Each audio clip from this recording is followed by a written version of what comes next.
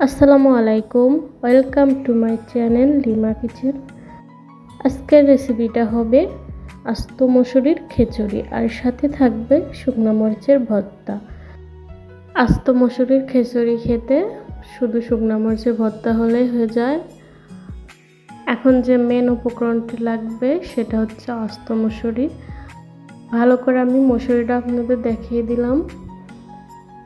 মসুরিটা আমি আগে থেকে পরিষ্কার করে নিয়েছি।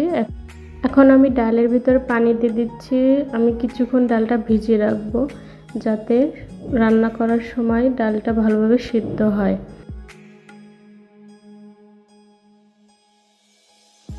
সেগুলো আমি কেটে নিয়েছি।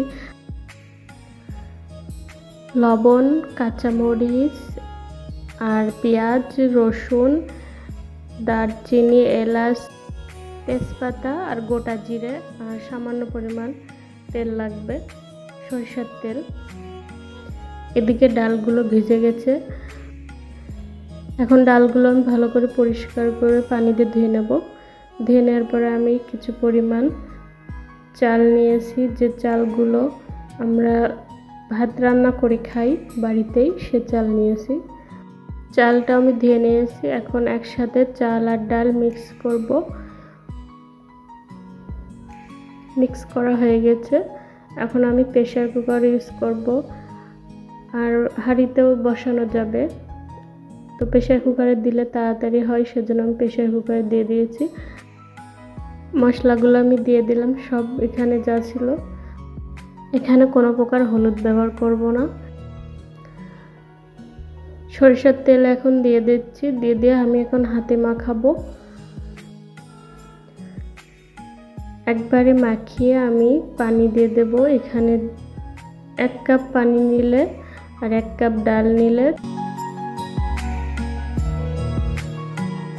মাখানো শেষ। এখন আমি পানি দিয়ে দেব। পানি দিয়ে ঢাকনা দিয়ে 3টা সিটি দিলে হয়ে যাবে। আর এই খিচুড়িটা একটু নরম নরম খেতে ভালো লাগে। খিচুড়িটা হতে থাক, এর ফাঁকে আমরা ভর্তা করে। প্রথমে আমি পেঁয়াজ নিয়েছি, কাঁচা পেঁয়াজ আর শুকনো মরিচ তেলে নিয়েছি। প্রথমে আমি পেঁয়াজের পারে লবণ দিলাম। লবণ দিয়ে পেঁয়াজটা ভালোভাবে মাখিয়ে নিলাম। তারপরে শুকনো মরিচটা ডলে ভর্তাটা করতে হবে। করা হয়ে গেলে আমি একটু সরষের তেল দিয়ে আবার মাখাবো।